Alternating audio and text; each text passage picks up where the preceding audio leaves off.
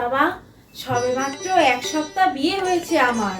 কখন শ্বশুর শাশুড়ি এসে পড়বে ঘরে, ভালো করে ঘোমটা দিয়েই থাকি। কি গো স্বর্ণালী, এত গরমের মধ্যে তুমি বাড়িতে এইভাবে ঘোমটা দিয়ে আছো কেন? আরে তুমি ফ্রিলি থাকো আমাদের বাড়িতে। আরে না না, সবে 1 সপ্তাহ বিয়ে হয়েছে আমাদের। তোমার মা বাবা কখন চলে আসে আমাদের ঘরে, আর তাছাড়া অনেক আত্মীয় তো আসতে পারে, তাই এখন আমি ঘোমটা দিয়েই থাকবো। এ কি, এসব কি পরে আছিস তুই? আরে আমাদের নতুন বিয়ে হয়েছে, শাড়ি পর। শাড়ি? My foot! এই এত গরমে শাড়ি পরে থাকবো আমি? শাড়ি পরে ঘোমটা দিয়ে থাকবো? ইম্পসিবল। আরে ঘরে আমার বাবা মা আছে, তুই কি আমার বাবার সামনেও হট প্যান্ট পরে থাকবি নাকি? আমি হট প্যান্ট আর গেঞ্জি পরেই থাকবো। তোর বাবা মাকে বল চোখে কাপড় বেঁধে রাখতে। আজকে আমি সব রান্না করব। তোমার বাবার জন্য মাছের মাথা দিয়ে মুগের ডাল আর কচি পাঁঠার ঝোল, এটাই তো উনি খেতে ভালোবাসেন। আর তোমার মায়ের জন্য ডালের বড়া দিয়ে কুমড়ো শাকের তরকারি। সবই আজকে আমি নিজে রান্না করব। তুমি কি খাবে? আমি পোলাও আর মটন কষা খাবো, কিন্তু এত রকম এত রান্না তুমি পারবে একা সব করতে? হ্যাঁ গো, পড়াশোনার পাশাপাশি আমি তো এগুলোও শিখেছি। মা আমাকে সবই শিখিয়েছে। যাই, এবার রান্নাটা বসিয়ে দিই। তোমার মা বাবাকে টাইমলি খেতে দিতে হবে। যাই আমি।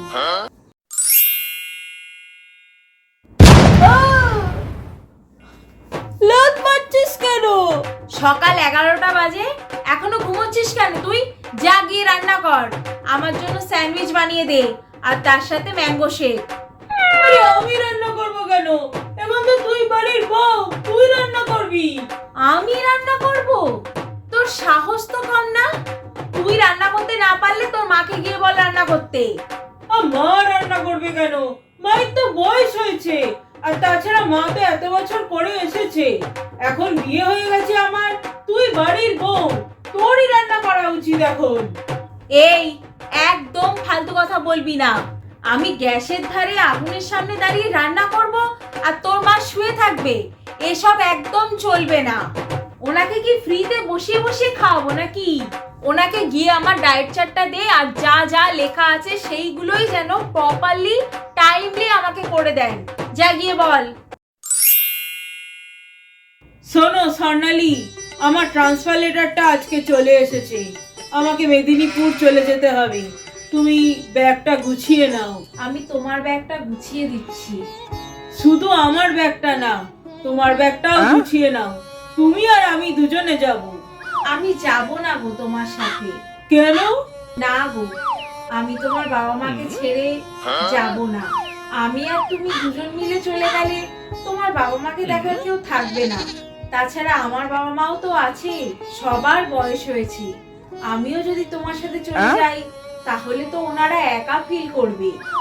আমি যদি থাকি এখানে, তাহলে আমাকে দেখে আমার বাবা মা, তোমার বাবা মা সবাই একটু মনে বল পাবে।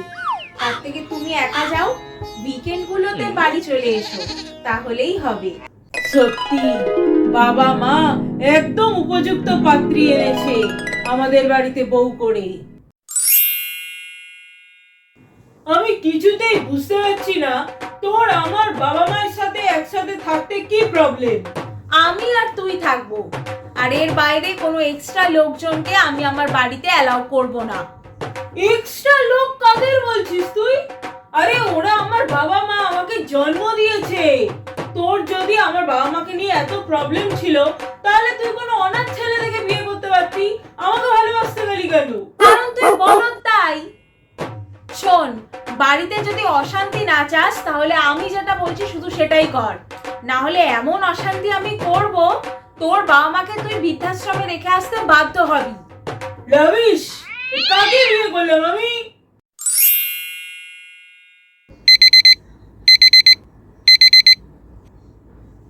5টা বেজে গেছে, উঠে পড়ি। আগে স্নান করব, তারপর পুজো করে তারপর আমি রান্না বসাবো। যাই, উঠে পড়ি। মা, সকালের জন্য রুটি আর তরকারি করেছি, আপনারা খেয়ে নিন। আর দুপুরের জন্য আমি মাছের ঝোল আর ভাত করে রেখেছি, আপনারা কিন্তু টাইমলি দুপুরে খেয়ে নেবেন। আর বাবাকে বলবেন টাইমলি যেন ওষুধগুলো খেয়ে নেয়, ঠিক আছে? আমি এখন বেরোচ্ছি, আর আমি অফিস থেকে তাড়াতাড়ি ফিরবো। আর আসার সময় আপনাদের জন্য ফল নিয়ে আসবো। আপনারা কিন্তু সাবধানে থাকবেন, ঠিক আছে? আমি এখন আসছি। সকাল 9টা বাজে, আমার ব্রেকফাস্ট কোথায়? এই নাও বৌমা, তোমার স্যান্ডউইচটা, এটা খেতে থাকো, আমি তোমার জন্য এগ পোচটা করে নিয়ে আসছি। এটা তো চিকেন স্যান্ডউইচ, আপনি চিকেন স্যান্ডউইচ কেন করেছেন? আমার ডায়েট চার্ট অনুযায়ী আজকে তো আমার ভেজ স্যান্ডউইচ খাওয়ার কথা ব্রেকফাস্টে। আপনি কি কানা নাকি? চোখে ঠিক করে দেখতে পান না ডায়েট চার্টে কি লেখা আছে? ও, আসলে আমি ঠিক করে খেয়াল করিনি গো বৌমা, বয়স হয়েছে তো। ঠিক আছে, তুমি একটু বসো, আমি এক্ষুনি ভেজ স্যান্ডউইচ বানিয়ে দিচ্ছি তোমায়।